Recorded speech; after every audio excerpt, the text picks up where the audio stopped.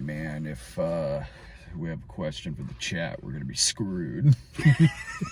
We just oh look, super chat. I'd be like, whoa.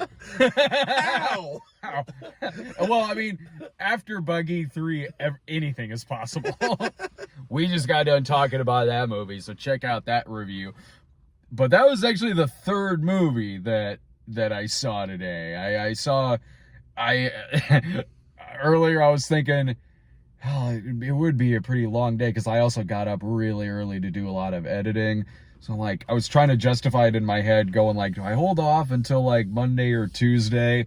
And the scenario was always most convenient for me to just do a lot of editing this morning and go to the theater and see a couple of movies. So, have you gotten a trailer for The Way Back yet? The one with Ben Affleck. Oh! Yeah. Oh, you saw that. Oh, yeah. Man. Yeah, I saw that this morning. I came in and the doors weren't even open yet. Because I remember that. I could never tell you what the name of that movie was. Yeah. Every time it would come on, The Wayback Machine. I would just make fun of it for being like another Bad News Bears or Remember the Titans So hitting on those movies, like yeah, this is a movie about Ben Affleck being a hardcore alcoholic, where he's separated from his wife, and he's certainly a character that seems at first like he very much peaked in school. Like now he's working construction. He's known as being the best basketball player that this school has had, and this high school he went to hasn't even been in the playoffs since he was there, which was in the mid 1990s. So he's offered a chance to be the coach when something happens with the previous coach. And the assistant coach is Al Madrigal from The Daily Show. And so you've certainly seen, even from that description I'm saying, like, you've seen a lot of movies like this. Whether it's anything from, Hardball to as far as like a drunken coach goes, comedically with the Bad News Bears, and you brought up some other movies too. Like, yeah, it's Coach Carter is another one. You've seen movies that deal with the same thing, kind of a down on his luck guy who is now coaching some sport, in this case basketball. But this, I honestly gotta say, like, I would put this up there with being one of the best movies like that. Really? It's that good. Wow. Like, this takes something that, when you look at the trailer, you go like, okay, well, here's kind of another one of these. It is way more than that. It's way more than just, hey, he's this kind of this loser guy, and he's coaching some kids, and that puts his life back together again. It's not like that at all. Like, this is a movie that is very, very, very, very seriously about alcohol addiction. Wow. And you find out more and more as it goes along what kind of led him to this point. Like, at first you're thinking like, okay, well, he, like I said, like, it seems like he's one of those guys who maybe peaked in school and now he's separated from his wife. Like, maybe that's why he's drinking every night and drinking like a tank and can function. Like, he'll be sitting in the car drinking straight up vodka and go to like a family birthday party and seem totally fine. He'll put away a whole fridge full of beer and go to work the next day. Jesus. And like, he'll wake up, shower, and go to work. And one reason why this works so well is, one, how very realistic it's treating this, and also that it's Ben Affleck playing this. He's fantastic. Like, I wish this was kind of out more so towards the end of the year, because he would get some kind of like awards recognition for this, at least like a nomination or something come like award season. I mean, it's never too early, I think. No, it's not. It does happen. Yeah, because there are early movies in the cycle that get nominated. There are. But your odds are better when it's towards the end of the year. Sure, yeah. But you're right, that does happen where something early in the year is gotten some nods. And you know what's going to be great about, and you know what's great about movies like that is that they get nominated, and then you're like, oh yeah, yeah, totally. So oh yeah, he like this feels like a very, because Affleck himself has talked about his own problems with alcohol, and watching his performance in this, you can tell it's a very personal performance, a very therapeutic one probably. Wow. Like he's really acting with experience in this film. He's fantastic, and even there's even funny moments in it too, because he's a very vulgar character. Oh yeah, is like drinking, chain smoking, and it's like a Christian school he's coaching at, and he's like going like, you're like, get that fucking goddamn call, just go kick that kid in the nuts. Let's show him that we're not a bunch of fucking pussies. And then the Reverend's right there. Like, yeah, Reverend's there, and he's like, look, Reverend, I'm trying to work on this. I like that it sidesteps a lot of cliches too. Like, yeah, there's certainly some that goes without saying it'd be in a movie like this. The team gets better once he starts coaching, but it does, when you think it's gonna go a certain way in the third act, it still treats this very realistically. It doesn't do this kind of easy story where this guy with this very serious alcohol problem is suddenly made better because now he's a coach and now kids look up to him and hey, everything's fine. It doesn't do that.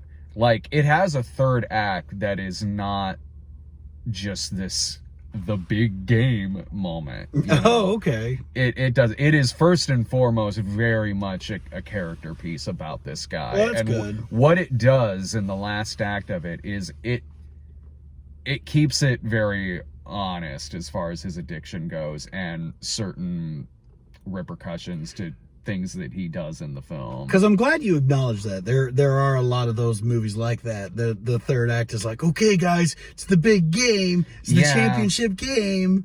We need to win this to validate ourselves. This one is a lot smarter than that. And especially because during a lot of that, you find out more and more information as the movie goes along, how this guy has gotten to this point. And when you do, it is pretty rough, and it's pretty, a lot of the choices he makes in the movie are bad ones, but you can empathize with him and be like, I see why he's making these decisions and how this happened. I mean, he thought he was going to be a good Batman. He was a great Batman.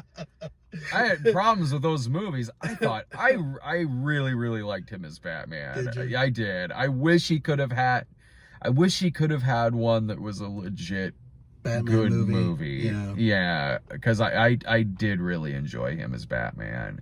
But this, he is outstanding in this. It's one of the best performances he's given. Like, he really puts it all out there with this performance. Like, people should, it's a damn good movie to begin with, but cool. It's worth seeing alone for Ben Affleck's performance, especially, again, like, if you've ever had issues with alcohol or known someone who has, you'll recognize a lot of stuff with this movie. Like, they really did their homework on this. This isn't written cynically or written with any kind of ignorance to it or something like that. It's a very real movie as far as that goes. Like, almost like a sports movie equivalent of like Leaving Las Vegas or a movie like that. So I totally recommend it. And like, when it ended, I was like, of course, this of all movies, it ends, and I go down the street just to grab a drink at a place literally called Rock Bottom. I had a lot of time to kill between the way back and Emma. So you literally hit rock bottom. I did. You know what? The restaurant did too, because I went in there and they were like, yeah, just so you know, like, our stoves and fryers are down, so we got a limited menu right now. And it was just this piece of paper that was laminated that just had this limited stuff on there. And I was like, yeah, okay, fine. Like, I might as well eat at a place called Rock Bottom that's hitting rock bottom now, apparently, after seeing a movie about a guy hitting rock bottom. Like, you know what? I'll have the limited menu. And I mean, you know, the tortilla soup I had was good, and the tacos I had were pretty good.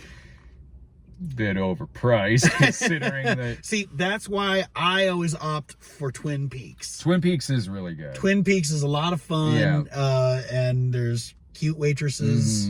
Like, if you're giving me this limited menu, I'm like, should be a little bit of a discount. I mean, the old fashioned was good. No, I mean, it was good. It was cool. It was the stuff I had for lunch was good.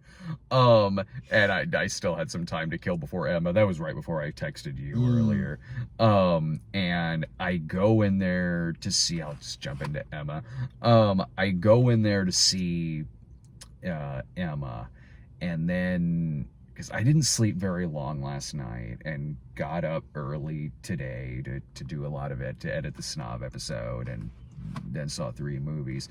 So I'm like, this isn't the right day for me to go see this, like, kind of Victorian era set, like, Jane Austen dramedy. Oh, you are gonna just, let's start talking about Emma now. Yeah. Okay. I highly recommend The Way Back. So yeah, okay. See that. Two movies in one video. Okay. Yeah. Yeah, I'm combining these into I'm combining these into one video. Gotcha. Okay. So then the tiredness, like, hit me during the trailer.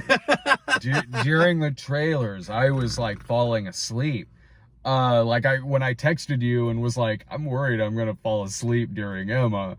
I was like, I was being pretty. You actually said maybe I'll take a nap.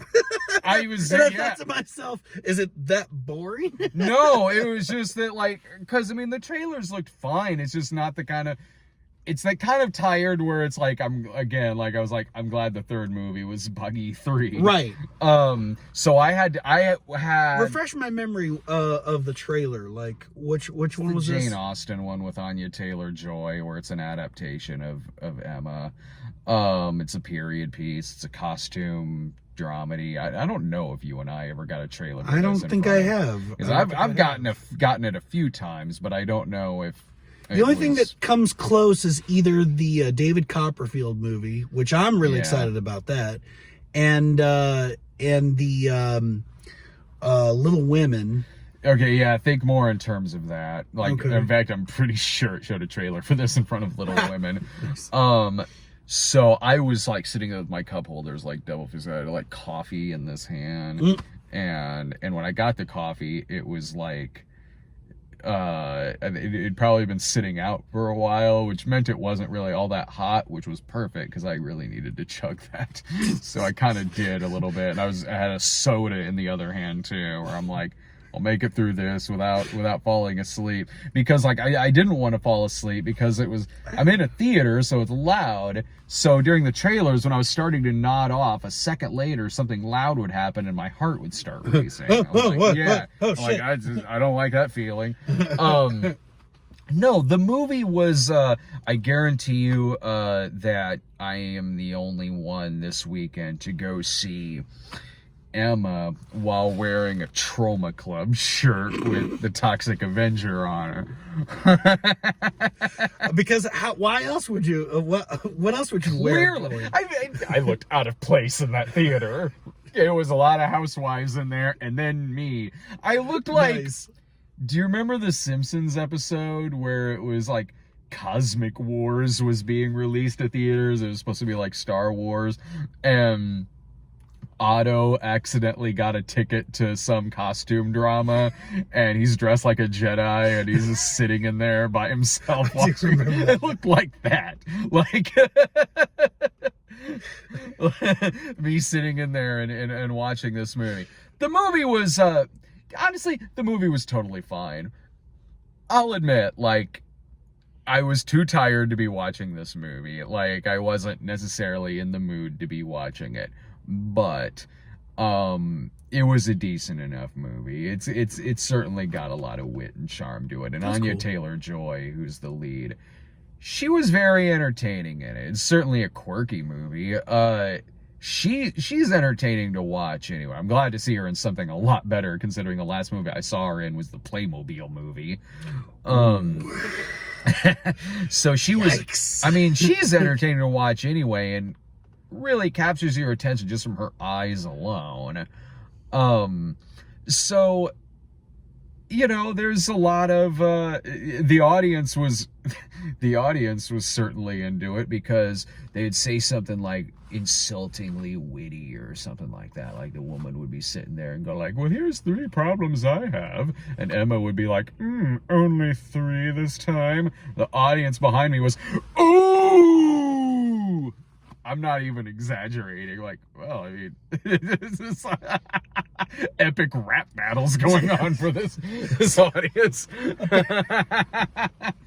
I was about to say, when did this theater turn into Jerry Springer? At that moment it did, and that's really late into the movie too. Before then, I was sitting there going Emma. I was worried I was gonna fall asleep, because it's one of those movies where early on it's like, oh, drinking this tea. Have you seen the Winterbottom's new goose out front? No. I went on a most extraordinary walk through the park. Like, Bully, you say? it's a lot of that, so I'm like, kind of going, oh, shit. Wake up. But, you know, there's funny enough, like, love triangles in the movie, and, like, her, like, inserting herself into other people's love lives and stuff like that. I will say this, it's been a while since I've seen, like, an 80s PG movie. What I mean by that is this movie's only rated PG, but has bare ass in it.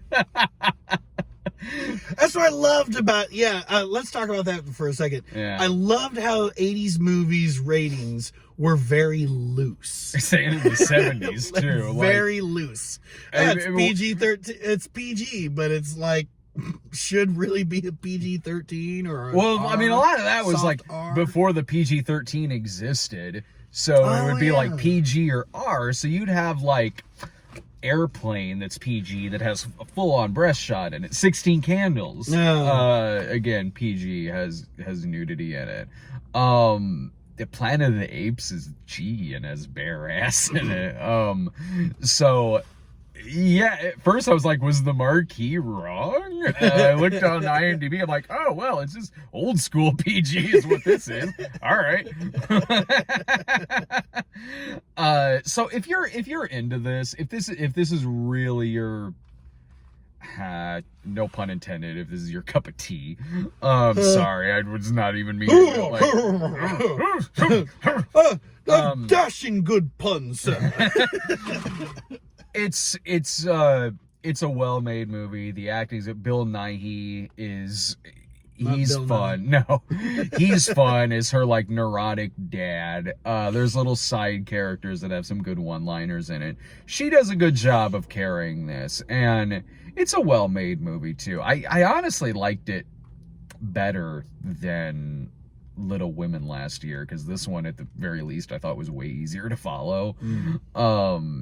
So there was that, and so yeah, if this is your kind of movie, you like the source material, you dig these kind of costume melodramas like this, or dramedies really, you'll get a kick out of this. I know it's a story that's been done that has other versions of it. The audience seemed to really be into it, and I didn't honestly, I'll say this, like, I didn't fall asleep in it, so there you go. And I don't even mean that as like, would that be because of the caffeine, the copious amounts of caffeine? No, because I didn't even hit that zombie state, really, like, so not necessarily. I mean, I'm sure that gave me a little bit of a boost, but this movie's a little over 2 hours long, so the movie was doing enough that was pretty funny and entertaining throughout it. So I'll give it that. And yeah, like I said, I'm not saying like, oh, it's one of these Like, I'm not saying that. I'm just mean, like, I was just really tired when I was at this. And this isn't really the genre that I want to put on when I'm really, really that tired. I mean, I prefer something like The Favorite over a movie like this. But, I mean, this movie doesn't come close to getting as dark as that movie did. Or Boggy 3. Or Boggy, yes. Yeah. I know. I'm watching this movie. They're talking about geese and tea and love triangles and all that. And I'm like, I really just want to see Tiger Shroff, like, break people's ankles. This is the calm before the storm. I know. I'm sitting there going, like, this is fine and all, but can we wrap this up so I can see him destroy several helicopters and shoot at tanks and shit? But all right, so this would be worth seeing. Like I said, if this is really your genre, totally. Outside of that, you could probably just wait for it to be on Netflix, because it's a well-made movie. Like, there is good scenery in it, but it's not like The Favorite where I'm like, from cinematography alone, you should see this on the big screen. This is like, I'd get the same out of it if I just watched it on TV than seeing it in the theater. But oh no, go ahead. But I was just gonna add the Way Back, I highly, highly recommend. I was actually going to recap. So The Way Back, thumbs up. Yeah. And then Emma. Yeah. Emma is like, if you're on the fence, I mean, watch it on Netflix or something like that. But Boggy 3, yeah, definitely, absolutely. Boggy 3 was amazing. All right, shoot us excuse me. Check out our reviews for Boggy 3. That's already up by now, and also subscribe to our YouTube channel at youtube.com/Stone Gremlin Productions, and hit the notification bell as well. We'll see you next time, guys. Take care.